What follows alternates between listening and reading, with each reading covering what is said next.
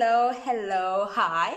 I am MOTSWANA Singh, and I am really happy that you're here with me today. I appreciate it. Thank you very much. So, I've been reading a book called The Monk Who Sold His Ferrari. It is a book that is big on personal development. So, for the next couple of weeks, that is exactly what we'll be talking about. But for today, I want us to look at a very small piece of it that is called mental care.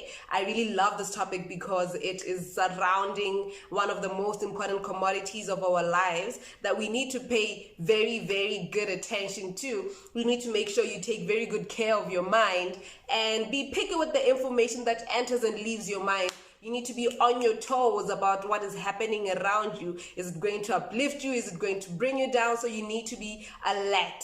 So say you are presented with failure or a challenge, something that people really don't like. And mostly it is because we look at it and we start regretting our failures. We regret our past, what happened and why it shouldn't have happened, the could have, should have, all of those things around that. But we need to stop doing that and start looking at failure or our challenges as the teacher that they are, because everything has its advantages and disadvantages. So if you're presented with that, all you need to do is start digging for the positives.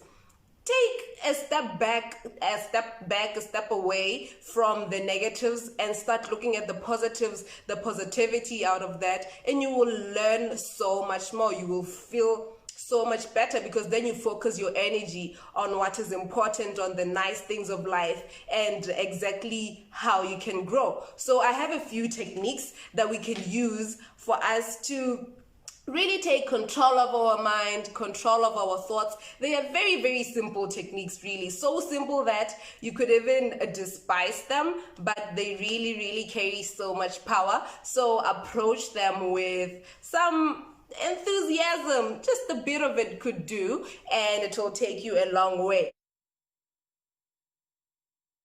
The first technique that we have is called the heart of the rose. This is a technique that can help you with your concentration skills, and it is quite advisable that you do it early in the morning because you're going to need a quiet place and a rose. Or anything else. It doesn't necessarily have to be a rose, because you can't go shopping every single day for roses out there. But the whole idea is for you to understand what the concept is about, and then you can know what you can use that is around your house and replace the rose with whatever it is that you have. So what you will need to do for the technique, you're going to be staring at your rose. It's just the two of you. Focus on the beautiful object that is in front of you. The whole idea is to channel all your energy, all your focus into the thing that is in front of you. So that is what you're going to do. You're going to stare at it and start to notice its texture, notice its color, notice its fragrance, its design, and everything really about it. So that is all that you need to do, really. I did say it is simple. It is very simple and easy to discard it, but you need to try it out. For the first few days, it will be very hard to concentrate or to even do it, keep it going for at least 5 minutes. But that is only because your mind is not trained yet. Because if you keep doing it, if you're consistent with it, every single day you do this, you will be, by the end of 2 weeks, be able to do it, go for like 20 minutes without your mind having to wander into so many different places. So if you're able to do this, this is the first step to taking your thoughts back. The second technique that we have is called opposition thinking. Now, what we need to understand is that the human mind can only process one thought at a time. Now, I want us to take advantage of this, because with this technique, all you have to do is that the moment that a negative thought strikes your mind, immediately you replace it with a positive one. That's it. It's that simple. So you just need to imagine your mind as a giant slide projector with your thoughts as the slides, and as a negative slide appears, immediately you click and replace it with a positive one.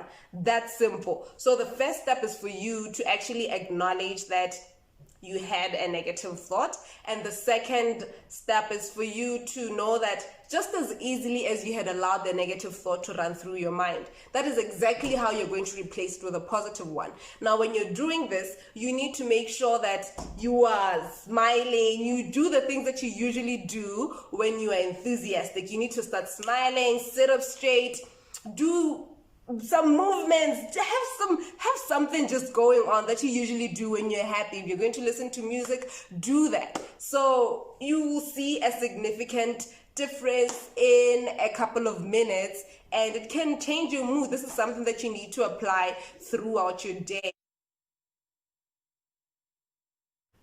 The third technique that we have is called the secret of the lake. What we need to understand here is that things are created twice, first in your mind and then in reality. So since a lot of good things happen very early in the morning, you're going to need to get up 4 5 a.m. to perform this exercise. But in the book, these people would actually get up that early and then walk to a lake.